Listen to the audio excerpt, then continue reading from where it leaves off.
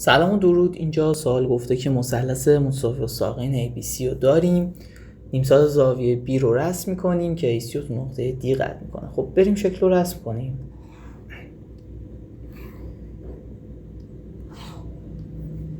خب از اینجا این رو اگه زاویه B در نظر بگیریم، نیمسازش رو به این صورت میکشیم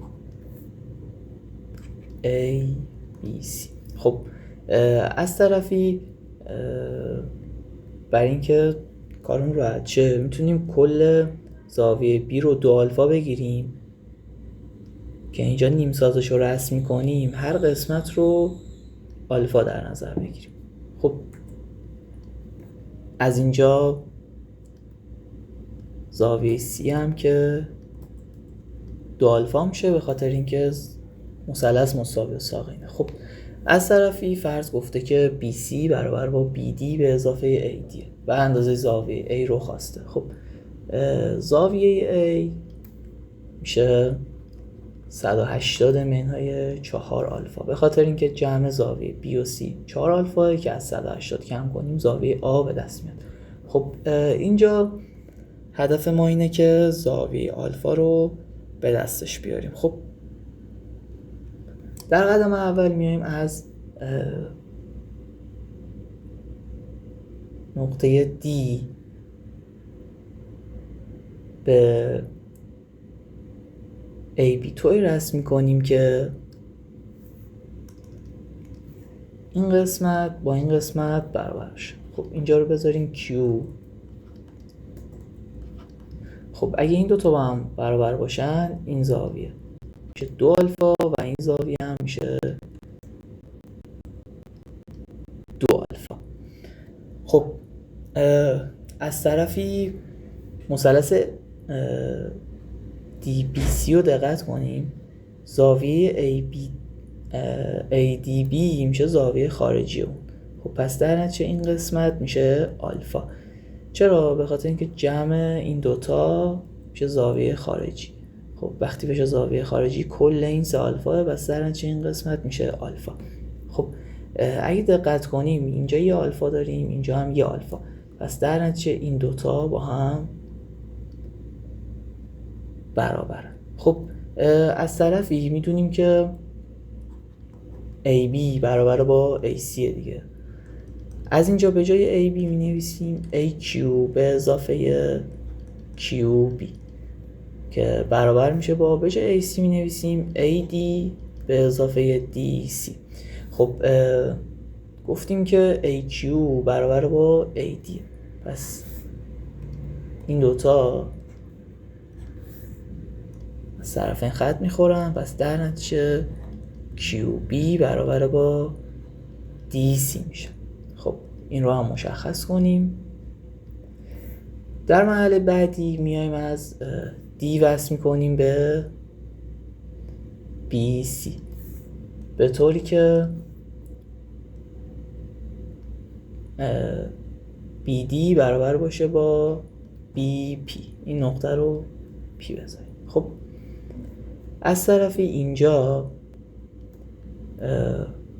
میشه 90 منهای آلفا دوم و این قسمت هم میشه 90 منهای آلفا دوم به خاطر اینکه میدونیم دیگه BP برابر با BD هست. خب در ادامه میدونیم که PC برابر میشه با BC منهای BP. خب از اینجا به جای BP میذاریم BD. خب بریم توی فرض سوال. اینجا اگه DB رو ببریم چپ، یعنی بنویسیم BC منهای BD میشه AD. خب پس به جای کل این میذاریم AD. خب از اینجا میتونیم بگیم که PC برابر با AD هستش. خب از اینجا PC رو داریم که برابر با AD. خب الان توی مثلث A QB و D PC رو دقت کنیم. اینجا QD برابر با PC و PC برابر با AQ و زاویه C برابر با زاویه AQD هستش. خب از اینجا نتیجه میگیریم که این دوتا با هم نوشتم. خب پس AQD هم نوشته با DPC. خب از این هم نوشتی نتیجه میگیریم که زاویه PDC برابر میشه با 2 آلفا. خب پس فهمیدیم این قسمت میشه 2 آلفا. خب از طرفی اگه کل این زاویه رو با هم جمع بزنیم باید بشه 180. خب یه 2 آلفا داریم، یه آلفا داریم، 90 منهای آلفا دوم داریم و 2 آلفا داریم که کل این باید بشه 180. خب از اینجا نتیجه میگیریم که آلفا برابر با 20. خب خواسته مسئله اندازه زاویه A هستش. خب فقط کافیه به جای آلفا 20 بذاریم که زاویه A برابر میشه با 100 درجه. امیدوارم که از حل این ویدیو لذت برده باشید.